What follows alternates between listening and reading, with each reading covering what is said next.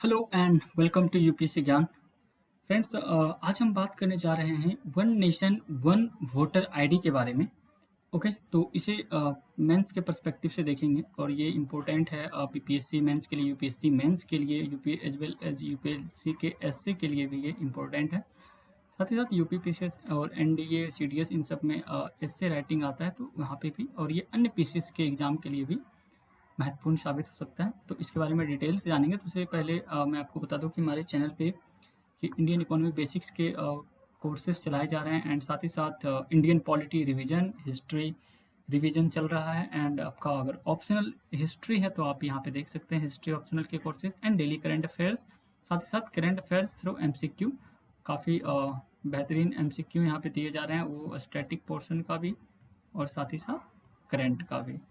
तो आप बिल्कुल मत चूकिए और प्ले लिस्ट में जाके चेकआउट कर सकते हैं। ओके, तो अब चलते हैं सीधे one nation one ration card पे। तो सबसे पहले मैं आपको ये बता दूं कि इसका जो सिग्निफिकेंस क्या है हमारे एग्जाम के लिए। तो देखिए, जीएस पेपर 2 में तो ये आएगा ही, इंडियन पॉलिटी में। साथ ही साथ इसको पेपर 3 में भी लिंक करके पढ़ा जा सकता है। पेपर 2 में सोशल जस्टिस में भी इसे देखेंगे, इसे अलग अलग चैप्टर से, सॉरी, अलग अलग सेक्शन से इसे इंटीग्रेट करके मैं आपको बताऊंगा। तो वीडियो में बने रहें आप और अंत तक देखें। ओके, तो सबसे पहले चलते हैं one nation one voter ID. तो कुछ सवाल सबसे पहले मैं आपसे पूछूंगा। सवाल पहला ये है कि क्या इंडिया में मैंडेटरी वोटिंग है, मैंडेटरी वोटिंग या कंपलसरी। ओके, दूसरा, क्या जो माइग्रेंट लेबर होते हैं जो एक राज्य से दूसरे राज्य में जाते हैं, क्या उनके पास वोटिंग राइट्स होते हैं उस स्टेट में वोट देने के लिए। ठीक है, तो यहाँ पे ये है, इसे री इन्फ्रेंचाइज किया जाएगा। जो फॉरगटन वोटर्स, इन नाम दिया गया है फॉरगटन वोटर्स। ओके, इनका नाम है फॉरगटन वोटर्स। तो इसके बारे में हम बताएंगे आपको कि आखिर ये अभी क्यों आया। तो इलेक्शन कमीशन जो है हमारे देश का, चुनाव आयोग, चुनाव आयोग ने यह कहा है कि हमें one nation one voter card की तरफ बढ़ना चाहिए। कारण क्या है कि आपको पता है कि अभी फिलहाल हमारा पूरा देश पेंडेमिक से जूझ रहा है।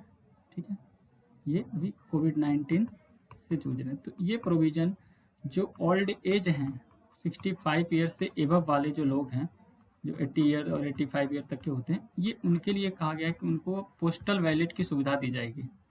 पोस्टल बैलेट की सुविधा दी जाएगी उनको वोट देने के लिए, क्योंकि ये जो हैं अभी इस पेंडेमिक में सबसे ज़्यादा सेंसिटिव सेक्शन जो है वो है ओल्ड एज। इन पे ज़्यादा अटैक हो रहा है, ये सबसे ज़्यादा कोरोना से अटैक, इनको ज़्यादा खतरा है। तो इन्हें इनके घर पे पोस्टल बैलेट पीबी भेज दिया जाएगा, जिससे ये इन्फेक्शन से बच सकते हैं और अपने घर में ये वोट को कास्ट करके ये पोस्ट कर सकते हैं। उन्हें जिस पार्टी को वोट देना हो तो उनको वो वोट दे सकते हैं। ओके, तो ये इसका था मेन मुद्दा। तो आपको पता है कि हमारे देश में माइग्रेशन बहुत ज़्यादा होता है, और माइग्रेशन कहाँ होता है, तो वो होता है रूरल से अर्बन एरिया में सबसे ज़्यादा। ये जो वर्क फोर्स होते हैं, और हालांकि एक तो इंटर स्टेट माइग्रेशन ज़्यादा होता है, सबसे ज़्यादा होता है, वो होता है, वो अलग है। तो वो होता है मैरिज के कारण। तो वो पता है कि हमारे देश में जो लड़की होती है उनकी शादी होता है तो वो एक गांव से दूसरे गांव में चले जाते हैं, या फिर एक जगह से दूसरे जगह, एक शहर से दूसरे जगह, जो कह सकते हैं। तो वो अलग मैटर है। तो यहाँ पे सबसे ज़्यादा माइग्रेशन का प्रॉब्लम है, और काफ़ी हमारे देश में एक बहुत बड़ा तबका जो इकोनॉमिकली स्टेबलाइज होने के लिए वो एक राज्य से दूसरे राज्य में उनको अपने जॉब के लिए, लाइवलीहुड के लिए आना पड़ता है। तो हर साल वो, अब बात ये कि इंडिया में कंपलसरी वोटिंग है नहीं, तो इस पे थोड़ा-सा और बात करते हैं कि क्या कंपल्सरी वोटिंग ईज़ी है इसे इम्प्लीमेंट करना? तो ये ईज़ी नहीं है। देखिए, एक मज़दूर अगर वो डेली वेज पे काम करता है, डेली वेज पे काम करता है, और आप ये सोच लीजिए कि कोई इंसान अगर यूपी और बिहार से वो यहाँ पे आता है, यहाँ पे क्या है इंडिया में, गुजरात, यहाँ पे काम करता है, या फिर यहाँ पे सोच लो कर्नाटक या फिर इधर तमिलनाडु में काम करता है, तो इसके लिए उतना पैसा खर्च करके जाना, यहाँ आना, वोट देना, क्या संभव है? नहीं है। और सरकार उन्हें कोई कंपनसेशन भी नहीं देगी ना कि आप यहाँ से आके दे रहे हैं तो आपको सम्मानित किया जाएगा, आपको खर्च दिए जाएंगे, फेयर वगैरह, तो ये सब सारी चीज़ें ऐसा कुछ है नहीं। तो इसलिए यहाँ पे नहीं है और ये थोड़ा इम्पॉसिबल इस वजह से होता है। लेकिन अब इसके अंदर की बात को और जानते हैं कि जो आप ये कहता है आर्टिकल जो था ये सबसे पहले मैं बता दूं कि ये द हिंदू का आर्टिकल है जो यूपीएससी सिविल सर्विसेज के लिए बहुत ही यू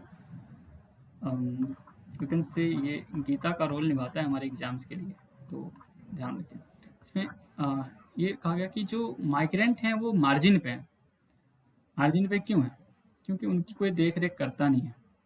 अगर ए शहर से बी शहर में आ गया कोई बंदा और यहाँ पे इनके कंस्टिट्यूशन में वोटर आईडी है, तो आपको पता है कि हमारे देश में थोड़ा जब रीजनलिज्म बढ़ता है तो एक स्टेट में दूसरे स्टेट के जो लोग होते हैं वहाँ से उनको भगाया जाने लगता है, उन्हें वो ऑफेंड करते हैं, प्रताड़ित करते हैं, they are offended by the local. तो उनसे ये कहा जाता है कि आप यहाँ आते हो और जो लोकल लोग होते हैं उनकी जॉब को आप वो कर जाते हो, उनकी जॉब की जगह ले लेते हो।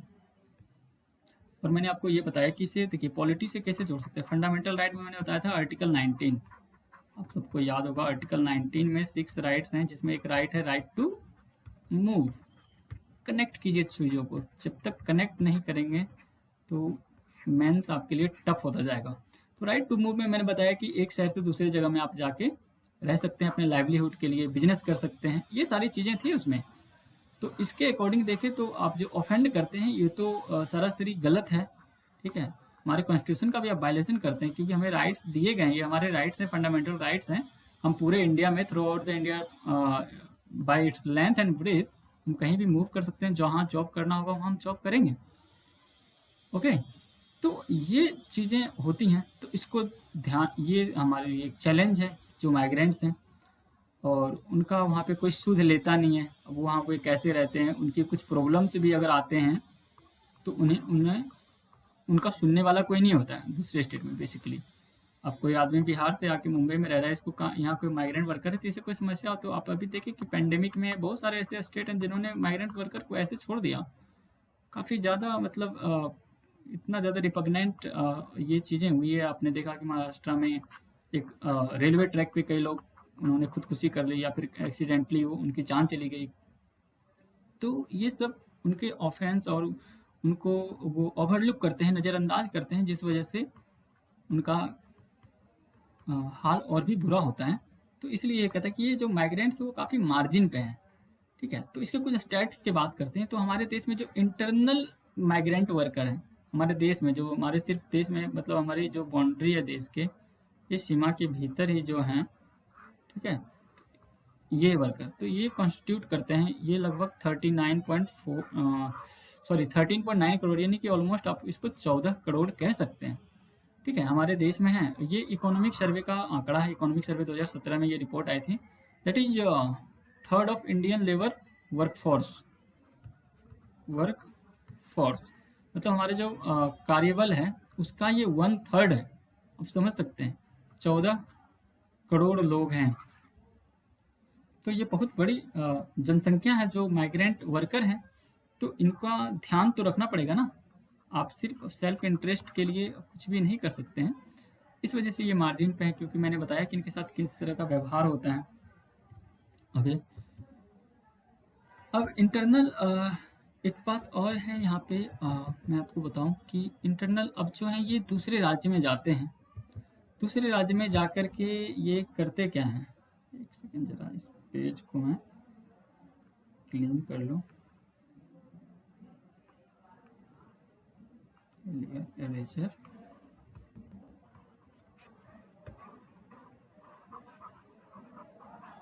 ओके। तो बेसिकली इनके साथ इनका जो काम भी होता है बहुत डिसेंट वर्क नहीं होता है, क्योंकि वो पढ़े लिखे लोग नहीं होते, उनके पास उतना क्वालिफिकेशन नहीं होता है कि उनको कोई ऑफिस में जॉब देगा। ओके, तो इन्हें काम तो वैसे करना पड़ता है, लोअर लेवल का करते हैं, और जिनसे वो बहुत फ़ायदा भी उठाते हैं बहुत लोग उनका, लो वेजेज एंड ये सब चीज़ें। तो जो ये माइग्रेंट वर्कर होते हैं ये करते क्या हैं, इनका काम क्या रहता है, ये क्या करते हैं एक्चुअली। एक सेकेंड, पेन, ओके। तो ये करते क्या हैं, एक सेकेंड, अगर इसमें कलर चेंज कर लें। ओके, तो यहाँ पे ये आते हैं जो लेबर होते हैं, ये अलग अलग सेक्टर में काम करते हैं, जैसे कि ब्रिक क्लेंस जो होता है, ब्रिक ब्रिक क्लिंस यानी कि ईंट भट्ठों में। दूसरा अगर देखा जाए तो वहाँ पे जाके वो माइंस में काम करते हैं। तीसरी अगर बात करें तो वो ट्रांसपोर्ट सेक्टर में काम करते हैं, ठीक है, ट्रांसपोर्ट में करते हैं। चौथा अगर बात करें वो सिक्योरिटी गार्ड का काम करते हैं। और नेक्स्ट बात करें तो वो एग्रीकल्चर में भी करते हैं, जैसे यूपी बिहार के लोग आके पंजाब हरियाणा इन सब जगहों में जाके वो एग्रीकल्चर लेबर में एंड एक्सेट्रा बहुत तरह के वो काम करते हैं। लेकिन अब इसमें से ये सारे फुल टाइम वर्कर नहीं होते हैं, फुल टाइम वर्कर नहीं होते हैं, क्योंकि हमारे देश में आपको पता है कि बेरोजगारी जो होता है, ये बेरोजगारी जब एक स्टेट में, सॉरी मैं नहीं इंग्लिश, बेरोजगारी जब बढ़ती है जब भी उनके जो होस्ट नहीं नेटिव स्टेट जो होता है उनका, जब भी तो वो माइग्रेट करते हैं।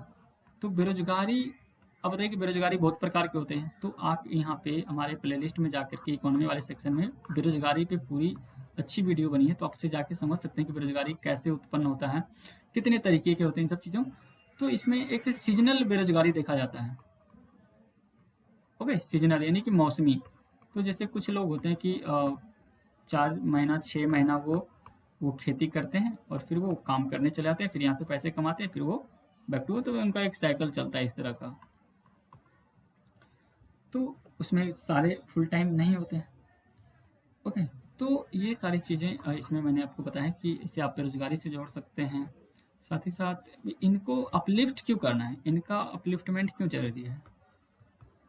देखिए अभी मैं इसे कहाँ से कनेक्ट करता हूँ। अपलिफ्टमेंट इसलिए करना है क्योंकि हमारे कॉन्स्टिट्यूशन में जो डीपीएसपी, अभी मैंने इसे पढ़ाया नहीं, मैं पढ़ाऊंगा और इंटरेस्टिंग लगेगा, फिलहाल यहाँ पे जानिए। तो ये डीपीएसपी मैंने पढ़ा दिया, तो आपसे जाके देख सकते हैं। तो डीपीएसपी में कहता है कि जो हमारा कॉन्स्टिट्यूशन है एक ये वेलफेयर सोसाइटी की स्थापना करना चाहता है, लोक कल्याणकारी। तो इनका कल्याण तो करना होगा, तो कल्याण करना होगा तो इसका मतलब ये नहीं है कि अगर ये एक स्पेसिफिक रीजन में रह रहे हैं, किसी स्टेट में रह रहे हैं तो आप वहीं करेंगे, नहीं। उनको सुविधा आउट ऑफ स्टेट अगर वो लाइवलीहुड के लिए जाते हैं तो उन्हें वहाँ भी वो सारी सुविधाएं मिलनी चाहिए। ओके, तो आप पॉलिटी में डीपीएसपी और इन चीज़ों को जैसे आप पढ़ते हैं, बहुत सारी चीज़ें जब पढ़ेंगे तो भी आप कनेक्ट कर पाएंगे। यूपीएससी मेंस में यह है कि आपको ज़्यादा पढ़ना होता है मेंस के लिए। प्रीलिम्स के लिए तो आपके पास वहाँ भी है ज़रूरी, लेकिन इसके लिए इन्फॉर्मेशन आप जब पढ़ते हैं सारी चीज़ों को तो इंटीग्रेट करके पढ़ते हैं, इंटीग्रेटेड अप्रोच आपको अपनाना होगा। ओके, तो फिर यहाँ पे देख सकते हैं इंटरनल जो माइग्रेंट वर्कर होते हैं, अब वो उनके साथ दूसरे स्टेट में समस्या क्या आती है, समस्या क्या है उनका, प्रॉब्लम क्या है।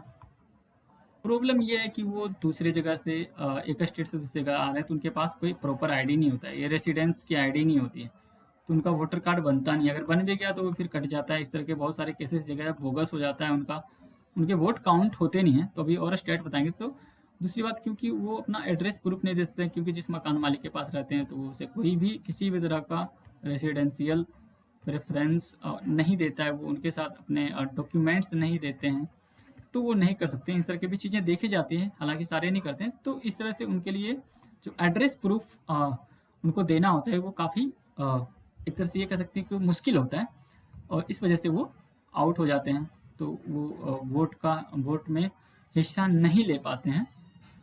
तो कैसे करेंगे, कई सारे ऐसे लोग हैं जिनके पास आईडी नहीं है किसी भी प्रकार का, तो उनके लिए इनका कुछ नहीं हो पाता है। तो और ये इस वजह से इसमें है कि इसका सेंट्रल फोकस क्या है, ये वन नेशन सेंट्रल फोकस ये है कि ज़्यादा से ज़्यादा लोगों को इनरोल करना है वोटिंग के लिए उनको। ओके, तो ज़्यादा जो हमारे जो कंट्री में है वो वोटिंग शेयर जो हो वो बढ़ जाए, ठीक है। तो बेसिकली ये चीज़ें थी इसमें इंटरनल माइग्रेंट्स के बारे में, मैंने आपको ये सारी चीज़ें बातें बताई। अब बात करते हैं ओके, अब बात करते हैं one nation one voter ID में टास्क जो इलेक्शन कमीशन ऑफ इंडिया है। ओके, इसका फुल फॉर्म होता है ESI का, ECI का, इलेक्शन कमीशन ऑफ इंडिया, भारतीय निर्वाचन आयोग। तो इन्होंने ये कहा है कि अभी हमारे देश में 91.05 जो करोड़ लोग हैं, इन्होंने एज अ वोटर अपने आप को रजिस्टर्ड किया है, ठीक है। ठीक है, तो अब पता है कि आपको हमारे देश की आबादी अभी 137 करोड़ की है, तो ये आंकड़े कहीं पे 130, तो it doesn't matter how it is, how much it is. Okay, तो और 2019 के लोकसभा के इलेक्शन में, जनरल इलेक्शन में, आम सभा में 67.4% लोगों ने वोटिंग की। इट इज वाकई में ये बहुत बड़ा नंबर है, मतलब कि 61.36 करोड़ जो वोटर हैं उन्होंने अपना वोट दिया। तो आप सोचो कि 91.05 करोड़ में इसका इतना है, फिर भी कम है हालांकि, लेकिन ये पहले से काफ़ी ज़्यादा इनमें ये जो हुई है बढ़ोतरी हुई है। तो ये फोकस करेगा, इसका जो फोकस होगा वो होगा 1/3 जो होते हैं पूरे टोटल वोटर्स के। ओके, तो इसको आप मल्टीप्लाई करेंगे तो समथिंग लाइक दिस आप पाएंगे। खैर यहाँ पे मैथ नहीं सीखना है आपको। तो 1/3 जो वोटर है, मतलब 29.68 करोड़, वो अपना वोट नहीं देते हैं, क्योंकि वो बोलते हैं कि हमें पॉलिटिक्स में कोई इंटरेस्ट नहीं है, इसलिए वो वोट अपना कास्ट नहीं करते हैं। एक सर्वे हुआ था, नेशनल इलेक्शन स्टडी सर्वे, तो उसमें ये देखा गया कि जो 10% होते हैं उसमें रजिस्टर्ड वोटर जो हैं टोटल का 10%, ओके, तो वो वोट नहीं देते हैं, जो मैंने अभी बताया कि उनके पॉलिटिक्स में कोई इंटरेस्ट नहीं होता है। That leaves approximately 20%। तो इससे क्या होता है कि 20% वोटर जो होते हैं वो वोट तो देते नहीं है, तो 20 करोड़ तो ऐसे बाहर हो गए। ओके, तो ये सब आंकड़े आप जब मैन से लिखेंगे, ऐसे लिखेंगे, इस तरह की चीज़ों में, डेमोक्रेसी से रिलेटेड, इलेक्शन से रिलेटेड, तो वहाँ पे आपको कोट करना होगा, तब आपका आंसर और भी ज़्यादा ऑथेंटिक होगा। ओके, ऑथेंटिक कब होगा? जब आप ज़्यादा पढ़ेंगे। आप यूपीएससी ज्ञान जैसे चैनल को फॉलो करते रहें, आपको यहाँ पे बहुत बेहतरीन कंटेंट मिलेगा। ओके, तो अब एक बात ये आता है कि एक और टास्क है हमारे सामने, जो वो क्या है, थोड़ा सा इसे कर दूँ क्लीन। ओके ओके, थोड़ा सा पेज को साफ कर लीजिए।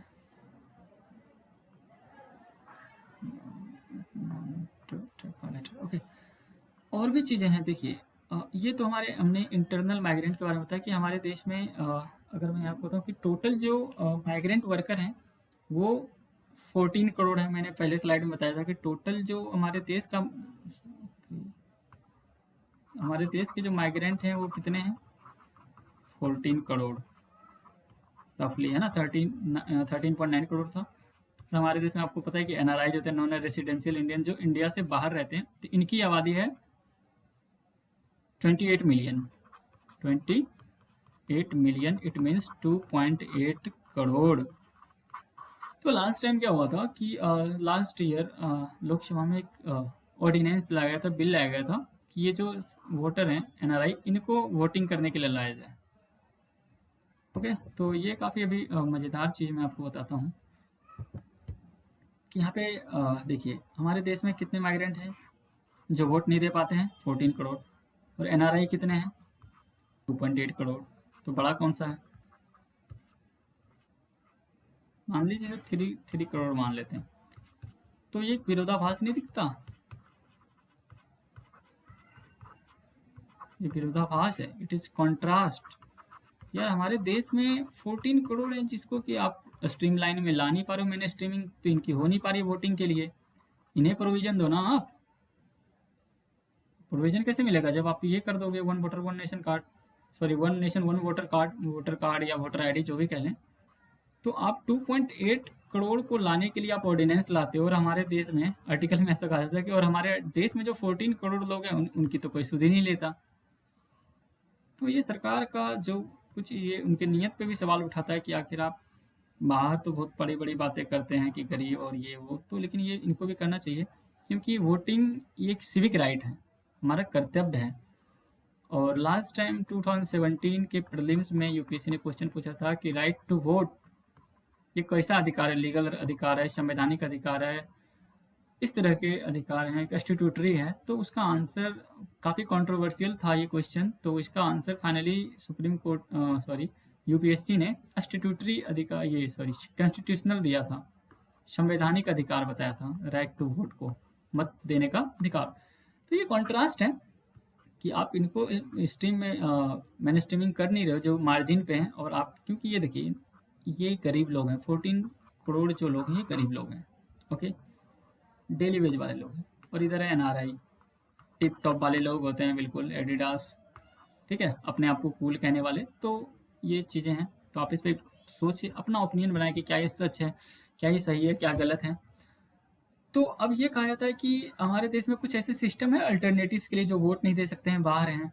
Do our system enable any form of voter portability. Portability का नाम तो आपने सुना होगा, नहीं सुना होगा तो सिम पोर्टेबिलिटी का तो नाम सुना होगा। सिम को पोर्ट करवा लेते हैं ना आप, एक वोटर से एक सिम से दूसरे में, तो ऐसा ही है। That can serve as a model for retrenching migrant worker. तो उनके लिए कोई रिफ्रेंचिंग फ्रेंचाइज बोलते हैं मतदान को, है ना, तो कर सकते हैं क्या? तो हाँ, हमारे देश में है, दो टाइप के हैं, एक सर्विस वोटर, एक प्रॉक्सी वोटर। सर्विस वोटर जो गवर्नमेंट एम्प्लॉयज होते हैं, जो इलेक्शन के दौरान इधर उधर लगे होते हैं, तो उनके लिए सर्विस वोटर होता है, ठीक है। और दूसरा होता है प्रॉक्सी वोटर। प्रॉक्सी वोटर ये मिलिट्री पर्सनल्स के लिए जो बाहर रहते हैं, जो एक स्टेट से दूसरे स्टेट में रहते हैं, ये जो सारे सेंट्रल आर्म फोर्सेस जो होते हैं उनके लिए है। तो ये इनके बिहाफ में इनके जानने वाले कोई भी इनके रिश्तेदार जो होते हैं वो वोट डाल सकते हैं। प्रॉक्सी वोटिंग में यही होता है कि एक इंसान के बदले कोई दूसरा इंसान वोट डाल दे, ठीक है।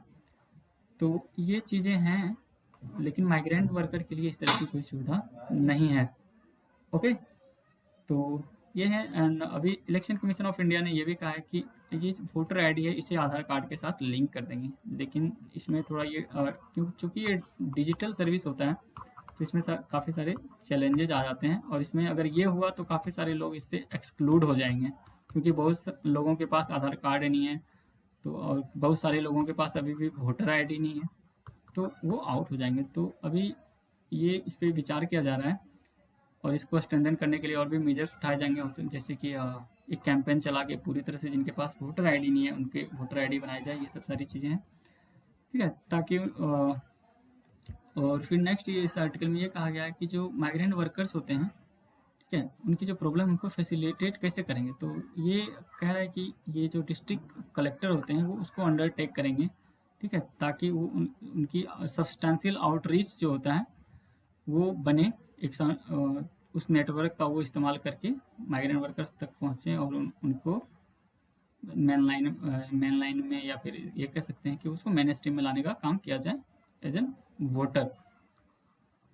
अब ये क्या संभव है, तो इसे कंपेयर करेंगे दो चीज़ों से। अभी कुछ दिन पहले आपने सुना कि one nation one ration card लागू हो गया है।